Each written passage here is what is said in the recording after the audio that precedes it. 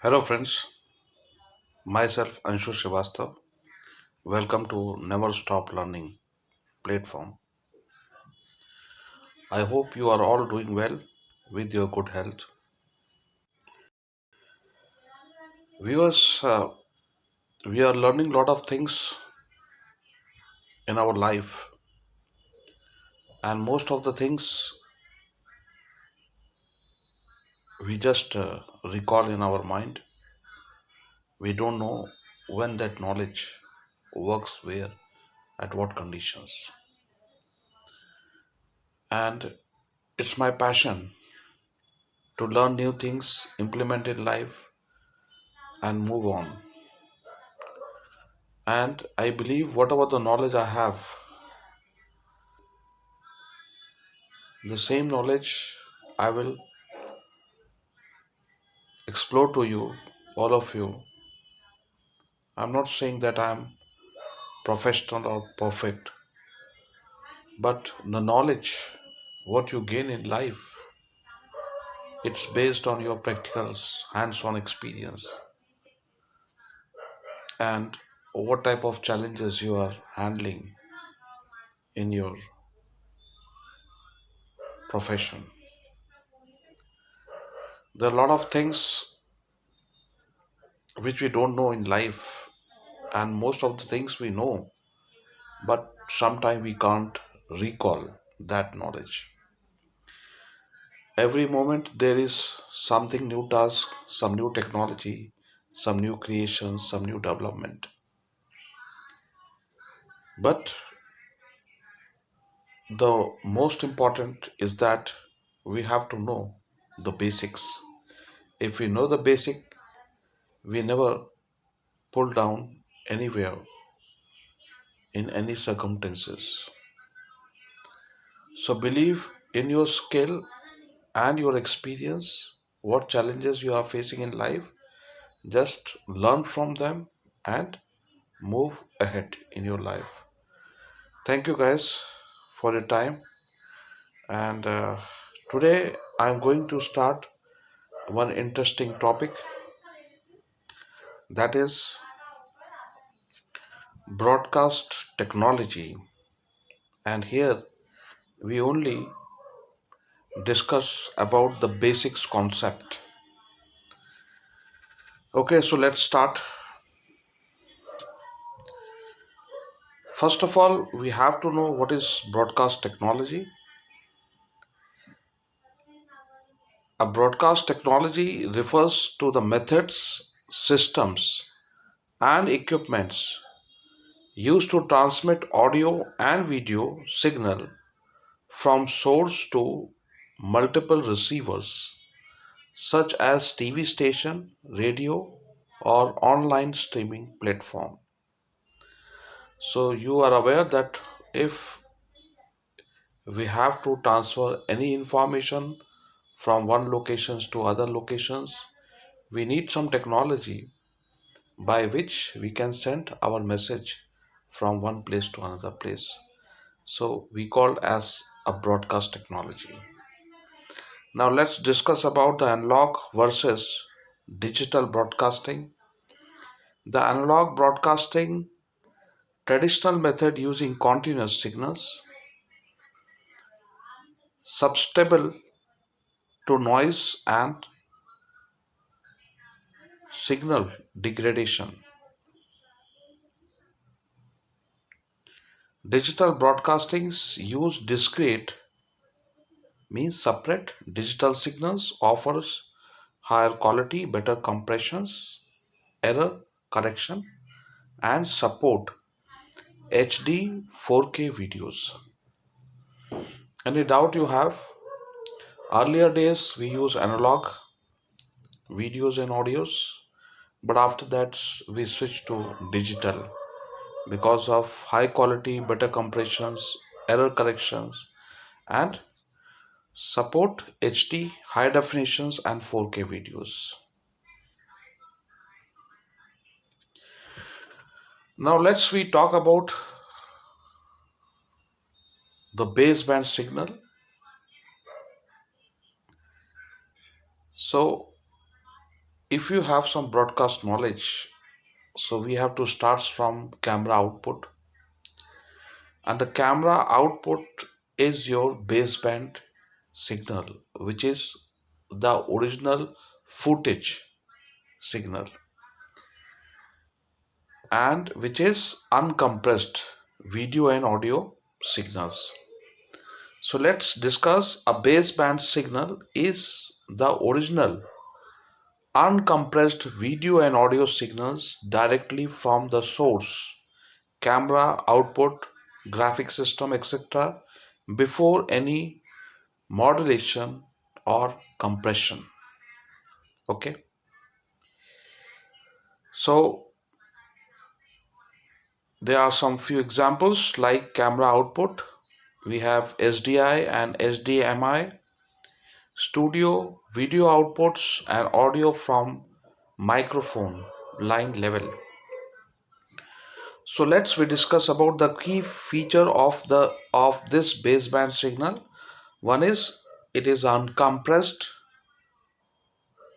The size of the file is more, right? But it's not a file, it's a video signal. Okay. High quality, high bandwidth required and used inside studio or production rooms. So we will discuss how this baseband used in our broadcast chain. So let's we talk about initially the SDI. SDI is standard in our broadcast transmission. So SDI stands for the serial digital interface, is a professional video transmission standard used in broadcast transmission, production studio, OB vans and line TV system to carry uncompressed digital video, audio and metadata over a single coaxial cable. SDI is a high quality digital video signal that travels over a 75 ohms coaxial cable using a BNC connector. So here the two things are there. One is your SDI cable by which we can transfer the SDI signals from one place to another location. We here we can say that from source to destination. Okay, but before that we have to use the connectors that is called BNC connector, and it impedance should be 75 ohms just for proper impedance matching, so that whatever the signals flow from transmission side, the same power level should be received at the receive side. Okay, so we just discussed the types of SDI signals. SD standard is definition SDI, it's 270 megabits per second. Then HD SDI, it is 1.5 gigabits per second. 3G SDI, 3 gigabits per second. 6G SDI, and then 12G SDI, that is 4K video. So let's we just zoom this one. This is the chart of SDI cables of 50 ohms as well as 75 ohms. So features usage: the 50 ohms cables used in RF or wireless industry, whereas 75 ohms cables used in video broadcast. Power handlings, it is higher in 50 ohms cables and power handling lower in 75 ohms cables. Signal loss is higher in 50 ohms cables and lower in 75 ohms cables. Applications: antenna and transmitters in 50 ohms cables, and SDI video signals, which is applicable for 75 ohms cables. Okay.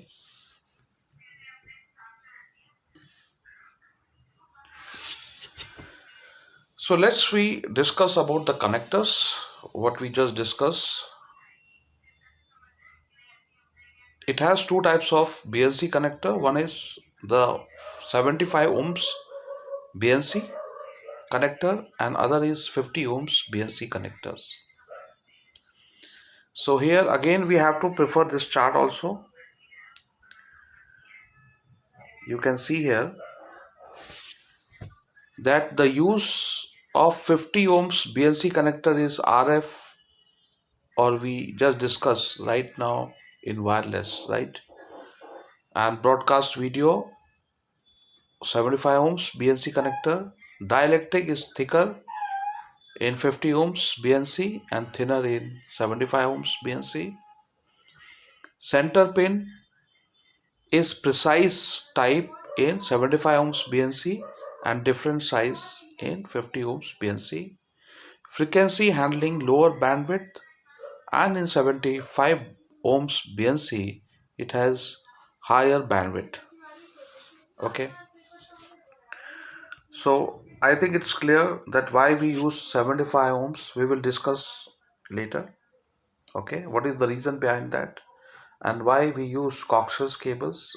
We have already just given the explanation that video loss is very low, okay, if we use the SDI cable along with BNC connector of 75 ohms. Now just see this image. It is a BNC connector along with the SDI cables. So BNC connector with labeled parts, locking lugs, okay, outer ring, inner insulator, center pin, and cable sheet. So 5 parts of this BNC connectors, and if I zoom this one, you can just see here that locking legs, cable sheet, outer rings, center pin, and inner insulators. Okay.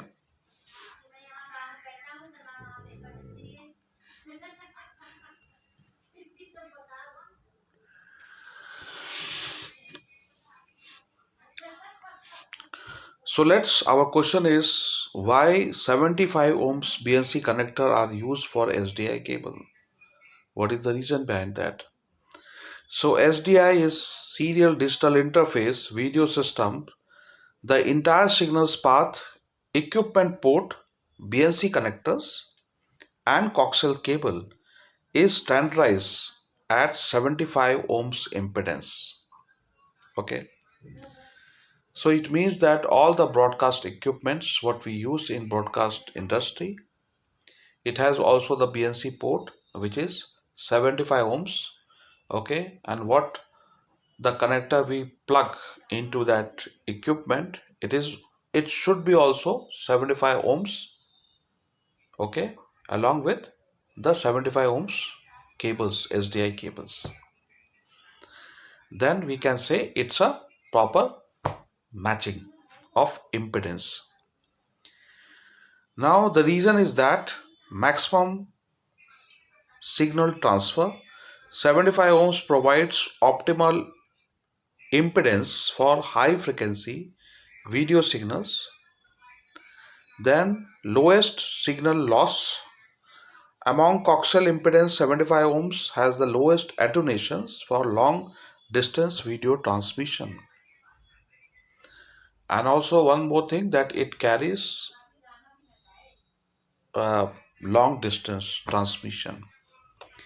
No reflection. Yes, if there is a proper impedance matching, then there is no reflection, clean signals. When everything is 75 ohms, no signal bouncing back, stable SDI lock. And broadcast industry standards, all SDI equipments, camera, switcher, routers, monitor is designed for 75 ohms.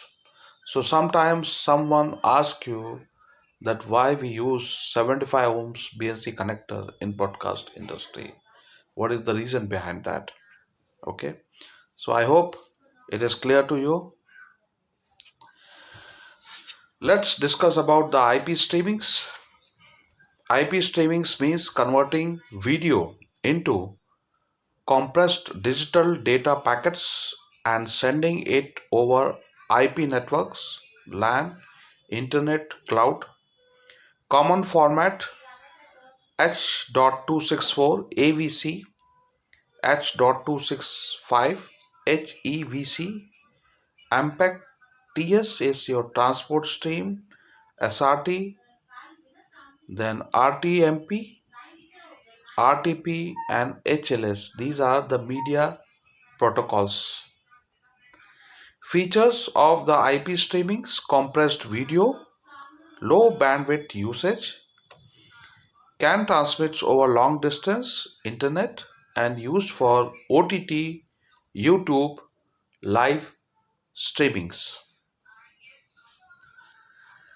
Now we have to understand the broadcast signals types comparison chart for these three signal. One is your baseband, SDI, and IP streamings.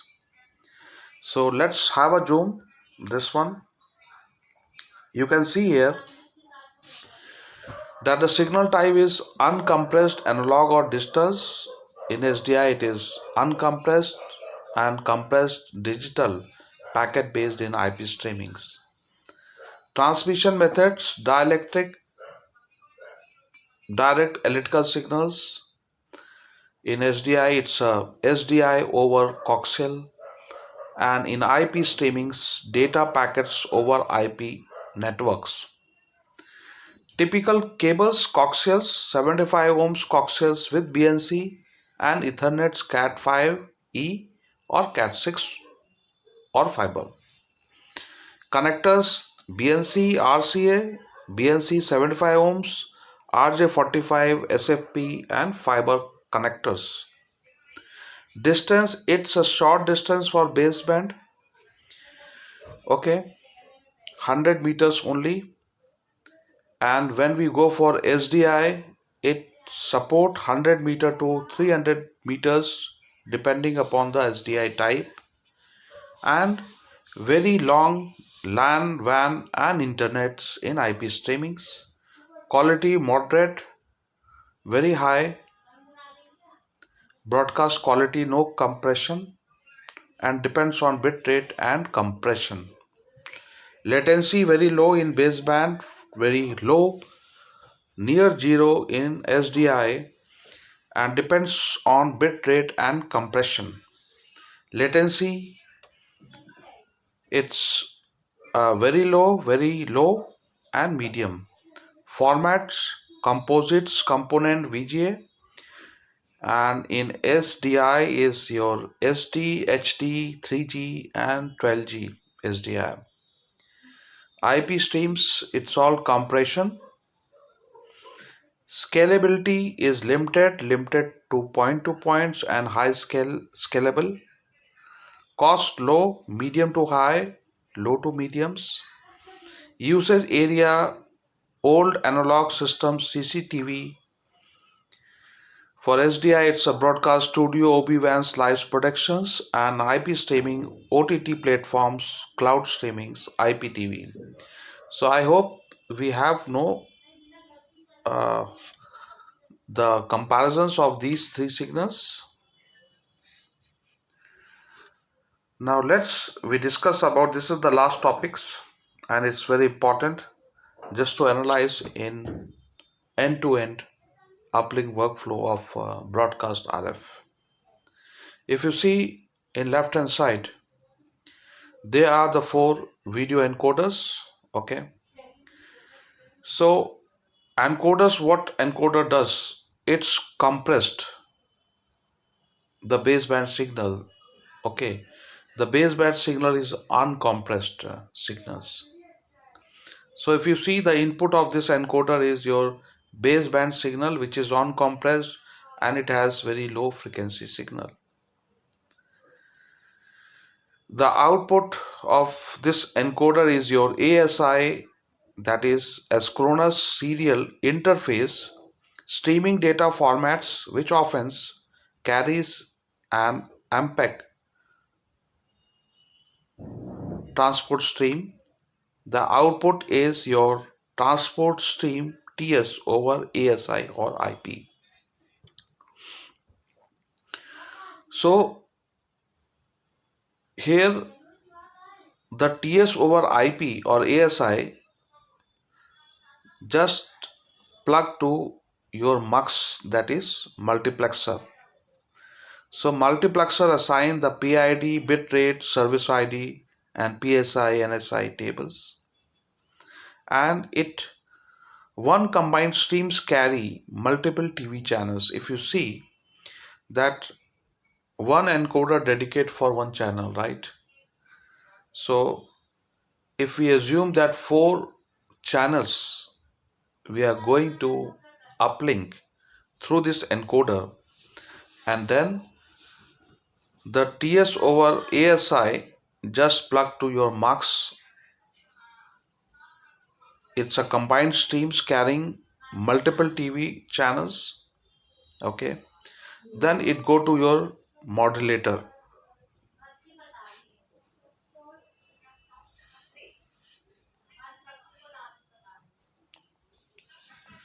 So if you see a modulator, it's very interesting because inside this equipment there is a carrier, high frequency carrier, which carries your modulating signal from one place to another place. Okay, and at the another end again it's demodulation, demodulator is there. From there we can get the original signals. So, and that carrier, it is your high frequency analog type, which is in the form of sinusoidal wave, and your modulator is based on your quadrature phase shift keyings. Okay, Q P S K. And why we use modulator, it's very interesting topic. To reduce the size of antenna, number one, and it also support your tedium. Tedium is possible, that is your time division multiplexing, and we can say that whenever the carrier carries this modulating frequencies by this modulator, then the intermediate frequency generates from the modulator outputs, that is your IF, and then we use the up converters which converts the IF into the uplink RF bands. If we talk about the C band uplink, that is your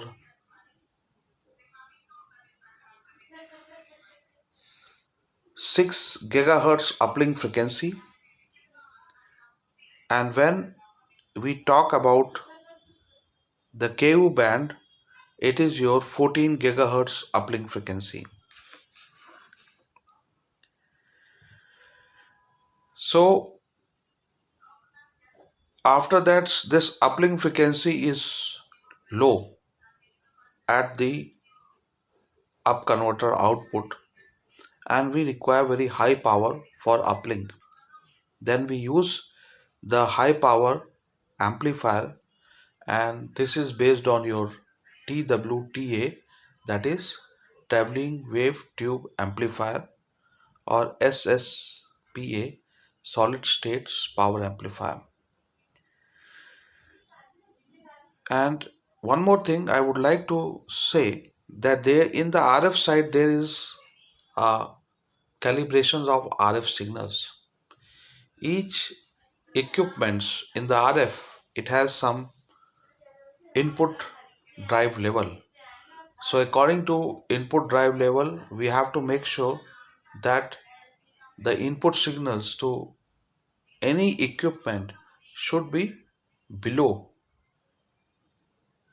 or close to the input drive level signals. And after that, the output of this HPA, it is connected with this antenna, and this is your waveguide. If you use C band setup in the workflow, then the waveguide is thicker, okay, and in KU band it is thinner than C band.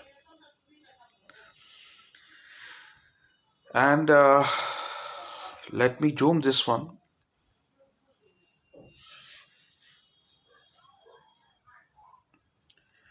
So we are here, I think. So antenna, if you use C bands, it is based on your circular polarized antenna. If you go for KU band, that is linear polarized uh, polarized antenna. So antenna is tuned with your satellite transponders, line of sight. Okay. So after that, the dish radiates the RF signals toward the satellites in orbit, and highly directional beam ensure minimum loss. From the satellites, it receives the signals, amplifier again in the transponders, uh, uh, workflow, and then it shift frequency the downlink band. So just understand that if your I'm talking about the C band, if your uplink frequency is 6 gigahertz, so your downlink frequency is your 4 gigahertz.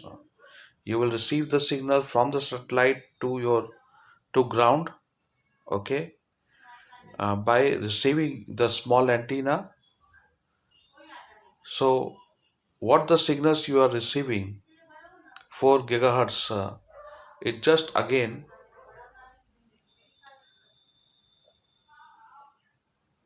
subtract with your local oscillator, LNB I'm talking about, local block noise converter, that is in C band, that is 5150 megahertz.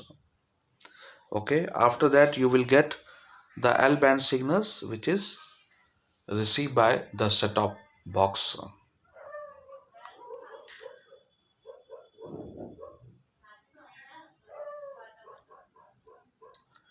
So the receive signals, it just receive by earth station, DTH, cable headend, and teleport. So that's all, guys. I hope it is clear to you, and we will also talk about streaming, IP streaming workflow, as well as OTT. Okay, how the workflow setups change here. We will discuss in our later videos. Thank you, guys, and I hope that you enjoy the broadcast technology basics concepts. So, thank you for watching this channels. Thank you for your time, and have a nice day. Thank you very much.